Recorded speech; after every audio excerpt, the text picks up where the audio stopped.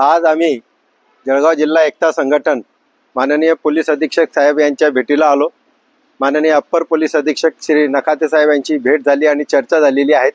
आम्ही सर्वप्रथम पारधी येथे पोलीस तालुका पोलीस स्टेशनच्या पोलीस कर्मचारी व खास करून आमची लाडकी बहीण योगितावर जो भ्याड हल्ला पारधीच्या गावकऱ्यांनी केलेला त्याचा तीव्र शब्दात निषेध केलेला आहे आणि त्या सर्व आरोपींवर कडक कारवाई करण्याची विनंती केलेली आहे। आणि त्यांचे मनोबल वाढण्याचं कारणही आम्ही त्या आमच्या निवेदनात नमूद केलेलं आहे की जर 31/12/2024 रोजी निवडून 23 मुस्लिम दुकानं जाळून भस्मसात केली आणि त्यावेळेस त्या 25 आरोपींना अद्याप अटक न झाल्यामुळे त्यांचे मनोबल वाढलेले आहे, जेणेकरून त्यांनी आज जे कायदा आणि सुरक्षा सुव्यवस्था राखतात त्या पोलीस दलावर त्यांनी भ्याड हल्ला केलेला आहे। त्यामुळे अशा कोणत्याही राजकीय दबावाखाली न येता पोलिसांनी अशा आरोपींवर कडक कारवाई करावी। त्याचप्रमाणे आम्ही येथील आमची सानिया बी हिला फूस लावून संजय नावाचा इसम घेऊन पळालेला आहे। 11 जानेवारीपासून सदरची घटना घडलेली आहे, परंतु अद्याप पोलिसांनी त्याला अटक केलेली नाही। त्यामुळे त्याला त्वरित अटक करण्यात यावी। निंभोरा पोलीस स्टेशन अंतर्गत असलेल्या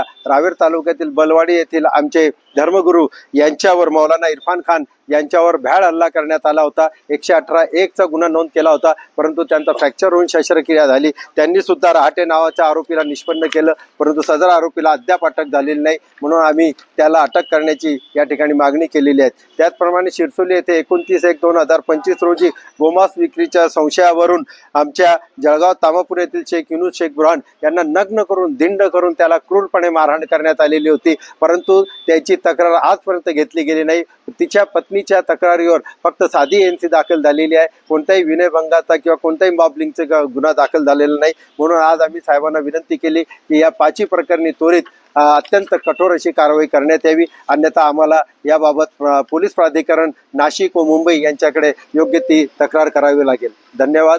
एकता संघटन समन्वयक फारुख शेख, जळगाव।